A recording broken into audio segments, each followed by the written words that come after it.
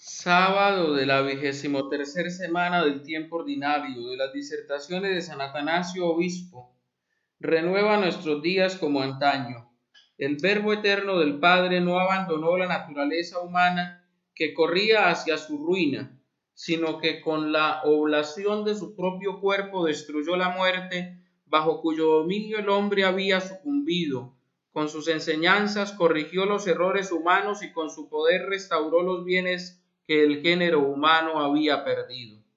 Quien quiera que lea los escritos de los discípulos del Señor, verá confirmado con la autoridad de estos teólogos lo que hemos afirmado.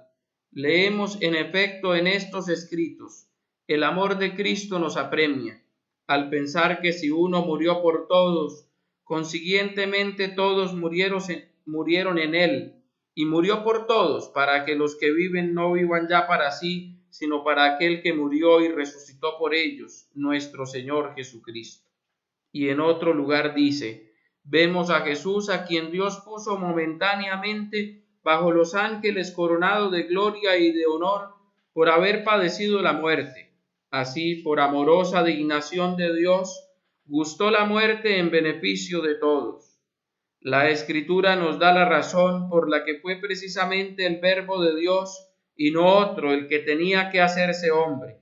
Era conveniente para Dios, dice, para quien y por quien son todas las cosas, que queriendo llevar una multitud de hijos a la gloria, consumase en la gloria, haciéndolo pasar por los sufrimientos al jefe de la salud de todos ellos.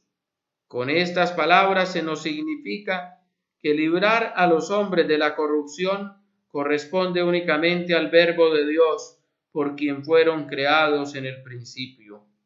La razón por la cual el Verbo quiso tomar carne y hacerse hombre no fue otra sino la de salvar a los hombres con quienes se había hecho semejante al asumir un cuerpo.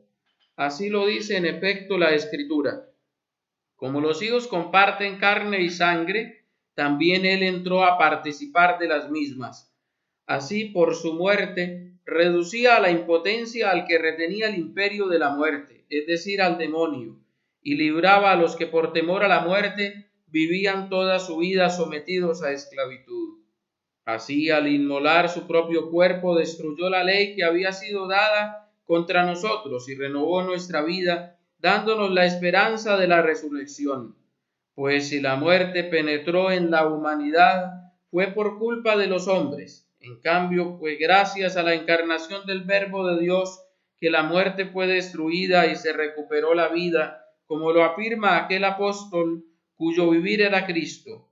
Porque como por un hombre vino la muerte, también por un hombre viene la resurrección de los muertos. Y así como todos mueren asociados a Adán, así todos revivirán asociados a Cristo. Y lo demás que sigue. Ya no morimos, pues, como unos condenados, sino que morimos con la esperanza de resucitar de entre los muertos en el día de la resurrección universal que Dios realizará cuando llegue el tiempo. Responsorio. Todos los hombres pecaron y se hallan privados de la gloria de Dios. Son justificados gratuitamente mediante la gracia de Cristo en virtud de la redención realizada en él, a quien Dios ha propuesto como instrumento de propiciación por su propia sangre y mediante la fe.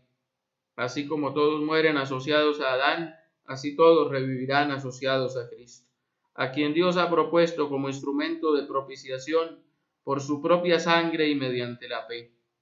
Oremos. Dios nuestro, que nos has enviado la redención y concedido la filiación adoptiva, protege con bondad a los hijos que tanto amas y concédenos por nuestra fe en Cristo la verdadera libertad y la herencia eterna. Por nuestro Señor Jesucristo, tu Hijo, que vive y reina contigo en la unidad del Espíritu Santo, Dios, por los siglos de los siglos. Amén.